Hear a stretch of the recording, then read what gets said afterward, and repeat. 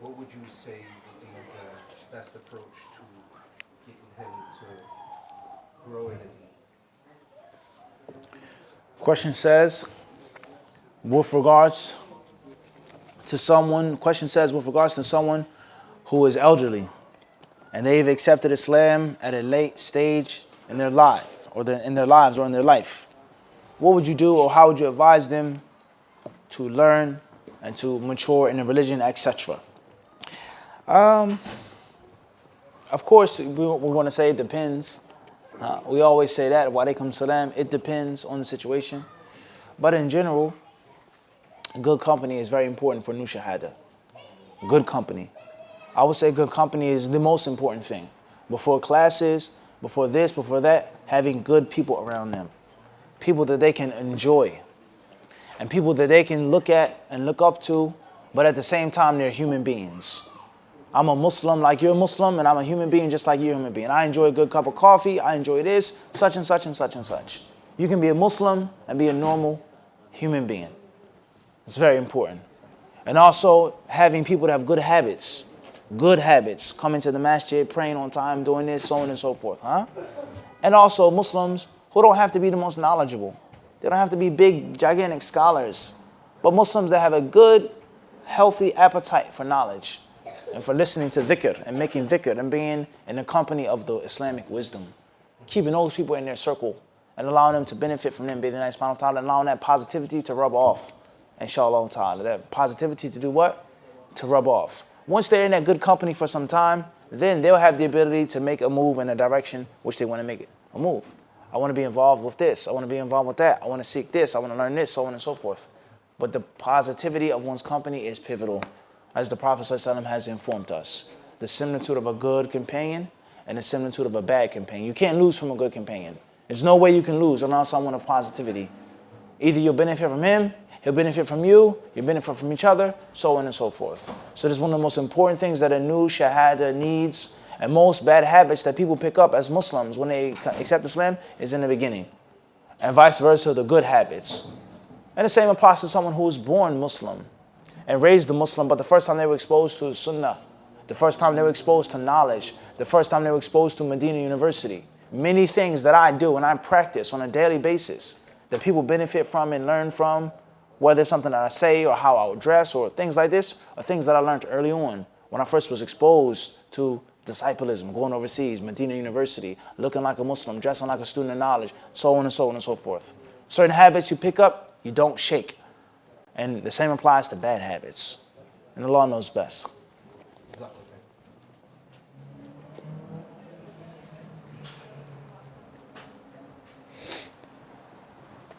Initials MR from UK.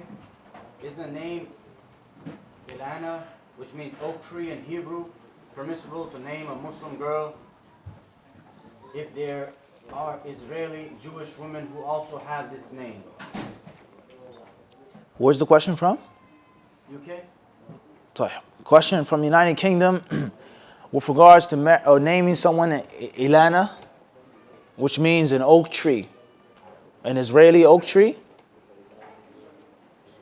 An oak tree. In Hebrew or Yiddish or what? It says in Hebrew. In Hebrew. Tayyip. Ilana, an oak tree in Hebrew. Is it permissible to have that name if they are Palestinian women, who have that name? Tayyip. The scholars of Islam, they say you can name yourself whatever you want to name yourself. Whatever you like, based off of your cultural values, your traditional values, your taste, whatever you like, as long as it doesn't go against a specific proof from Quran and Sunnah or a general principle based off of Quran and Sunnah. Two different levels now. The first is a specific proof, an actual hadith in which the Prophet ﷺ changed this man's name. Don't call yourself Hazan or Huzn, sadness. وهكذا مثلا. So whatever your name means, Yiddish, Hebrew, Arabic, whatever, and it means sadness and grief, that's a specific proof to do what? Not to have that name, to change that name. Method, and as an example. And if we don't have a specific proof from Quran and Sunnah, then we have a general principle, such as any name that denotes a great deal of negativity. it denotes a great deal of negativity. Or name that is special and exclusive to the kafirin. And no one has this name except someone who's a kafir. And anyone who saw your passport, anyone who saw your name on a medical chart, the first thing that they would think about, this person is a mushrik. Let's say, for example, if a woman named herself Lucifera. First thing you're going to think about is this can't be a Muslim.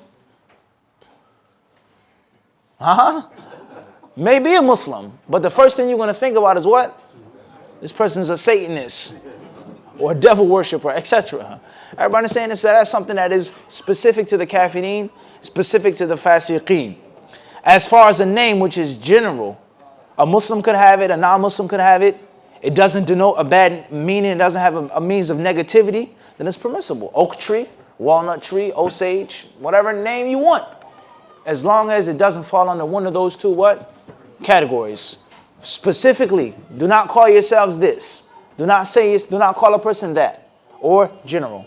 Specific to the kuffar, denotes negativity, it's a means of mockery, وهكذا. And Allah knows best. And it was ZA from Toronto. The hadith about the reward of praying the whole night until he finishes. To maximize rewards, what shall be done by those wanting to delay their witr?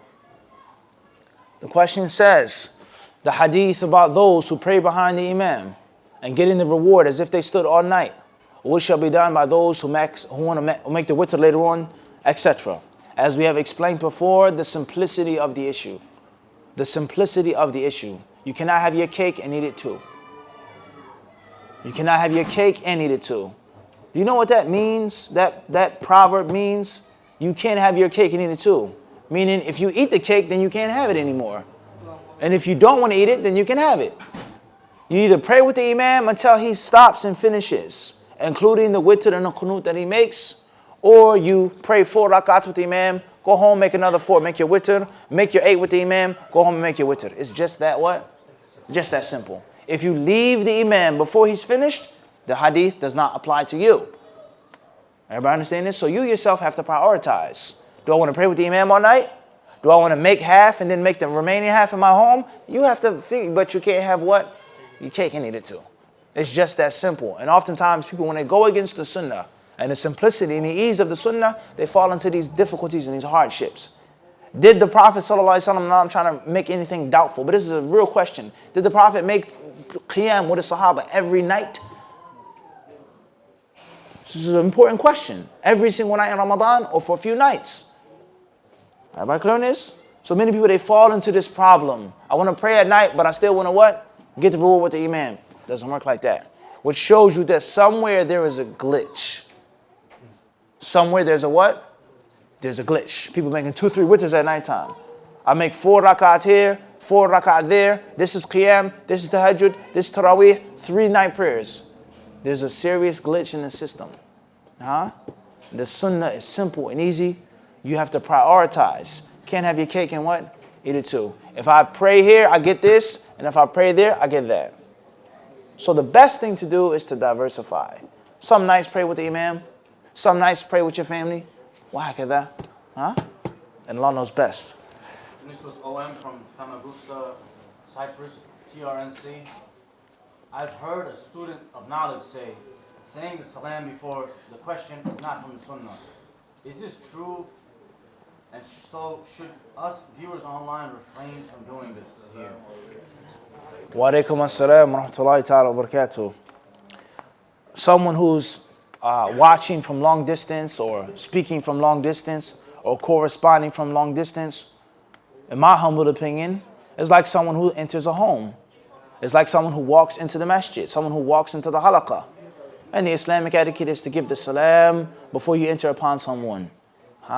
As the scholars of Islam explain with regards to the rulings of the cell phone, modern day rulings. When you call someone, who gives the salam first? The one who picks up or the one who's calling? And they say that the one who's calling, he be manzilat al-tariq. He's the one who's what? Knocking on the door. Naam. Or you say hello if you choose to say hello. Who is it? Assalamu alaikum, it's me, Mufti, such and such. Wahakada, So if you call or you text or you're joining in on a live stream and you give the salams first, I don't see anything wrong with that. If that student of knowledge believes that it's not from the sunnah or it's haram or it's a bid'ah, tayyib. He's entitled to his own what? As long as he's qualified for that. And Allah knows best. Initials OM from Famagusta, Cycling TRNC. What is the ruling on saying Ramadan Kareem and Jummah Mubarak? What is the rule on saying Ramadan Kareem and saying Jummah Mubarak? Just like saying anything else. Just like saying anything else in Islam. You see a Muslim say Hayak Allah. Every time you see someone overseas in Saudi Arabia, what's the first thing you say? Kaif halik? Alhamdulillah, tayyibin. Is there a hadith to support that? Did the Prophet say to his companions, Kaif haluka, every time he saw them? Rather, is there an authentic hadith to say that was the Prophet ﷺ, that's how he greeted his companions? In which he said, Kaif haluka. Let alone other words, Ish akhbarak, so on and so forth. Which you say on a daily basis. There is no interaction in Medina with any scholar unless you say that first. You never go up to him and say, Ya Shaykh, Kaif hal Shaykh, so on and so forth. You make dua for him, Kaif halakum tayyibin, then you ask your question. Is there hadith to support that? But the people, they do it what? Over and over and over and over again. Does anyone believe that that's mandatory, that you have to, that it's a specific reward, that it is the specific sunnah? No one believes that. It's a good, fine, positive word that you say to your Muslim brother. And the same applies to saying anything else in Islam. Ramadan Mubarak. May Allah bless our Ramadan. Did the Prophet say that? Is there a specific virtue? Is there authentic hadith to support that? Do I have to say that every single time? That's what? Different story. But if you just said it, Jummah Mubarak, or Jummah Mubarakah, Happy Jummah, Blessed Jummah, saying it every week, every single time, in a specific way, different story. But just to say a statement of positivity that is not against the Quran and Sunnah, there's nothing wrong with that. And if you wish to say that it's a bid'ah or it's against the Sunnah, you're now going to be forced in a corner to apply it to 100 other things that you say on a what? Daily basis. And Allah knows best. What about using rosary beads? Question, what, from the same questioner? Aforementioned acts bid'ah. Rosary beads? Tayyib. Me personally, I don't use rosary beads. Nor do I advise people to use rosary beads. I would say make the tasbih with your right hand. Make it with your right hand. Some people even say with the left hand. They say the hand. That's the best thing to do. Do I consider it to be a bid'ah, haram to use rosary beads? No, for several reasons. If you're making a dhikr, you're saying tasbih 100 times, 1,000 times, 1,000,000 times, and you say it like this, and you spin and you dance and you twirl in a black room, and this gets me closer to Allah. When I make the tasbih like this, I'm with the Rahman. That's bid'ah. That is a bid'ah. You have now waqat fil bid'ah. You fell into bid'ah now by believing and making things up and specifying. But if you use something as a calculator, you're calculating money. I can count with my hands. I can count with stones. I can use a calculator. I can use an abacus. These things are nothing more than a what? A means of reaching a calculation, a sum. Everybody understand this? It matters not how you count the money. You owe me $50. You said $100. Whether you counted it with a marker, a pen, rocks, stones, it doesn't what? What's important is how much you owe me. So why do people use rosary beads? Do they use these beads to make a specific dhikr? Then that's a problem. Or do they use the beads as a means, a sabab, of counting the number of tasbih or tahmid or etc. So there's a huge difference between the what? Between the two. Between what is being made up and innovated, and between the means of doing something which is from the sunnah. So therefore, I don't consider rosary beads to be a bid'ah. Just like many ulama of the past don't consider them to be a bid'ah. Rather, you find some narrations of some of the Sahaba and some of the Tabi'een and some of the ulama of the past. They had strings, they had ropes. You find these narrations. So to say that it's a bid'ah, I don't necessarily agree with that. Some people say that it is. And some of the ulama, they explain that it's permissible to use the rosary beads and there's nothing wrong with them. My personal preference, my personal advice is not to what? Use them. The big problem is, and why I'm answering a question like this, is that because we have an understanding and a practice of severe immaturity. severe immaturity. A person has a little bit of knowledge. He studied overseas, if he's even studied overseas for a little bit of time. And he takes these different sporadic issues, these masail fiqhiyah, these far'iyat, witr, qunut, moving the finger, hands on the chest, hands beneath the chest, and he takes these issues and he makes them the core upon which he shows love and upon which he shows hatred. They say there's a sadaqah box in the masjid. It's a bid'ah to have a sadaqah box. So the masjid is upon batil. What is this? What is the difference between a person putting money in a box and the hadith in which they put the money in front of the Prophet ﷺ? It's a means of collecting and gathering. Are we worshiping the sadaqah box? Are we saying that the sadaqah box has a greater reward, as it gets us closer to Allah? It's 100 times. That's bid'ah, ya akhi. Not a worldly means like this what? Microphone. Did the Prophet have a microphone? Did the Salaf have a microphone? So it's a what? Linguistically, it's a what? It's a bid'ah. It's a novelty. It's an innovation. What's the difference between me speaking in the microphone and me saying, hey, can you hear me in the back? I'm amplifying my what? There's no difference. Everybody clear on this or not? And the same applies to rosary beads and other things. And even if it was a bid'ah to have rosary beads or to have a sadaqah box, that is an issue and a reason behind you making your love and your hatred based thereupon. Your wala and your bara is based off of this masail of ijtihad. This is stupidity. And this is something that has befallen many, many people. Scholars, students, and du'at. And at the bottom of the totem pole, the lowest of the low, is the general 9 to 5 sheeple that have been fed this poison. He's a Salafi because you have this and you have that. You're not Salafi because such and such and such and such. And this is a bid'ah, and that's a bid'ah, and everything's a bid'ah. They can't even recite alif, ba, ta. They can't even recite the Fatiha properly without making 50 mistakes. They haven't studied, they haven't read, they haven't benefited from the ulama. Truly.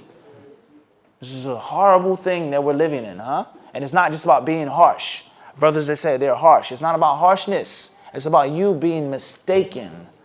And then upon your ignorance and your immaturity, now you're harsh.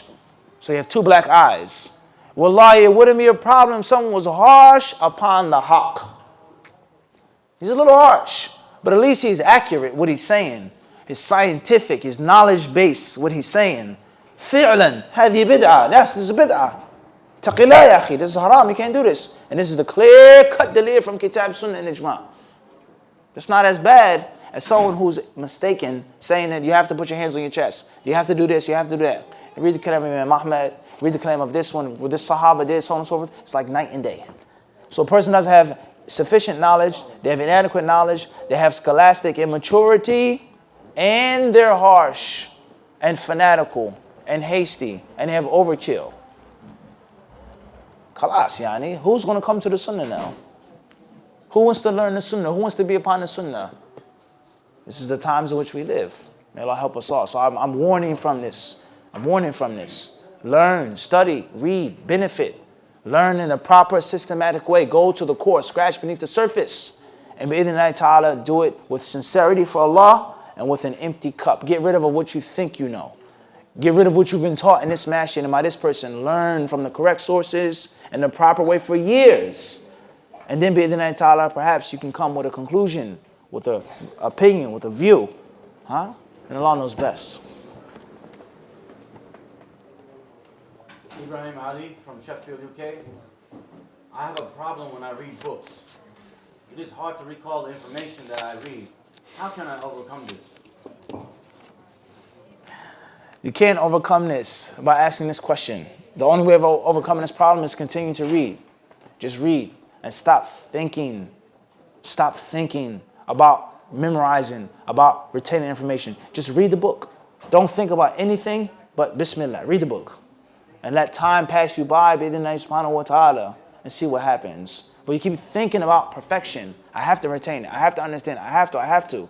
And comparing yourself to other people. He read a book and he understood. So therefore, that's the proper way. He memorized it in a day. So therefore, that's the proper way. There is no proper way. Just read the book, bi'idhnillahi ta'ala, and allow time to pass you by, inshallah. Huh? That's all you have to do.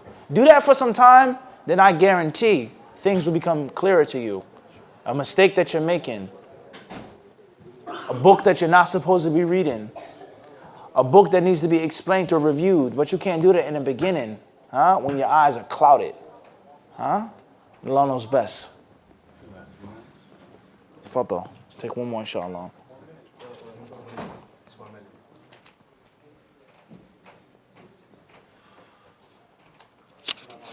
Wa alaikum salam. This was JJ from Bristol, UK. Assalamu alaikum. Are baby showers / housewarming parties from the Sunnah? Question says, are baby showers / housewarming parties from the Sunnah? Yes and no, or no and yes. Is there a specific dalil that the Prophet allowed his wives to have a party when one was pregnant, or when they moved somewhere, or when they got something, or when they won a battle? That I don't know of. But the yes part is visiting your Muslim brother, congratulating them, asking Allah for barakah, eating, drinking with your Muslim brother, giving them gifts, congratulating them, giving them support. That's all from the deen. It's all from the sunnah. So what is a baby shower? Let's break it down. What's a baby shower? Women get together, they bring gifts, they drink tea, they have cupcakes, they have some food, they make dua for the sister. This sister's doing henna, so on and so forth, and they congratulate their sister who's having a baby. And she needs help, she needs support, she needs advice, and she needs guidance. Tell me one thing from among those things which is haram. One thing from among that's haram or disliked. Rather, those things are nothing more than recommended or obligatory acts. Recommended or obligatory acts. Is a baby shower an act of worship? Is it ibadah that you're seeking closeness to Allah with, or is it a worldly norm? Whether it is a specific name, a specific date. We're going over Sister Karima's house to help her out. She's having a henna party. She's having a tea party. And she's pregnant. And we're going to bring her some gifts. I brought a stroller. You bring a blanket. You bring some books. What's the mushkila? What's the problem? Unless you make a specific intention. You give it a specific name. You do it on a specific date every time. Then that's problematic. That's what? That's problematic. And the strangest thing is that someone say a baby shower is haram and it's a bid'ah. But the sisters will congregate. They'll sit. They'll eat. They'll drink. So on and so forth. That's not a bid'ah. What's the difference? What's the what? What's the difference? Everybody understand this? So we have to have proper fiqh fi deen. Proper what? Fiqh fi deen. Oftentimes when the brothers have a aqiqah, the sisters are doing what? They're having a what? A baby shower. They bring gifts. They eat the food. Everybody understand this? Whether it's before or after. Everybody understand this? So you have to be mindful of this, huh? And Allah subhanahu wa ta'ala surely knows best.